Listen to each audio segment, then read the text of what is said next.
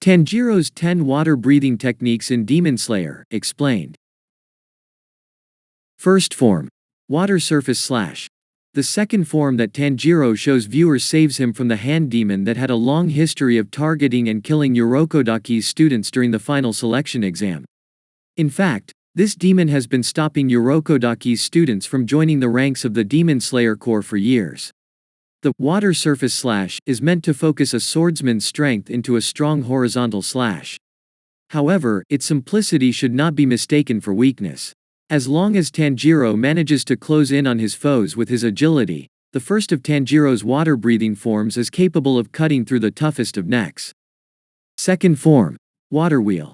One of Tanjiro Kamado's water-breathing forms that viewers see the most throughout the first season of Demon Slayer is the water wheel.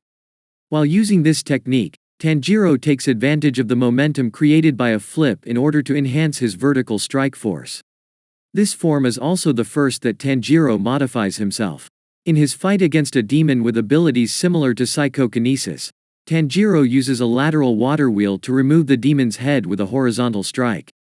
Water breathing can be both devastating and accurate, a combination that is underscored by the water wheel.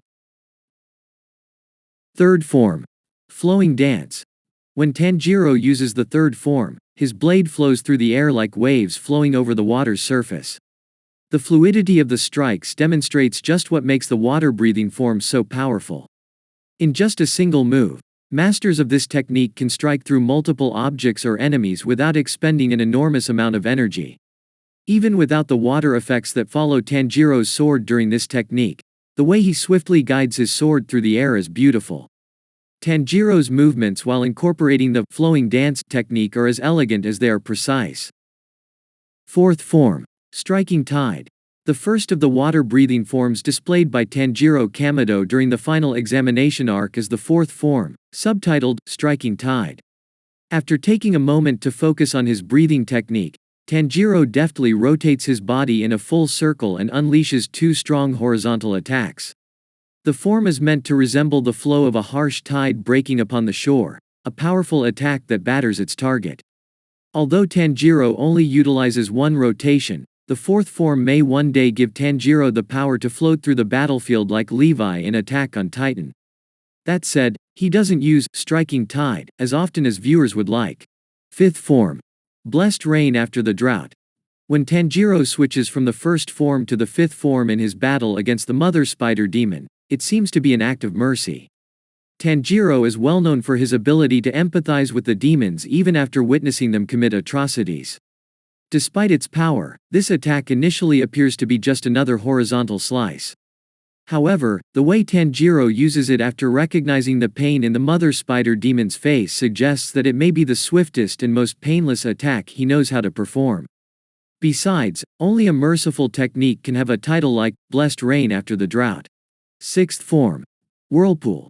The whirlpool technique appears to be an enhanced version of the second form that utilizes the swordsman's rotations to slice through the air multiple times in a row. This is one of those water-breathing forms that allows Tanjiro to forcefully cut through the air, even when he lacks sure footing. While fighting underwater, Tanjiro demonstrates the true power of the sixth form by creating a literal whirlpool that pulls two swamp demons directly into the path of his swinging blade. When combined with the footwork of the third form, this technique is able to create a whirlpool effect on land as well.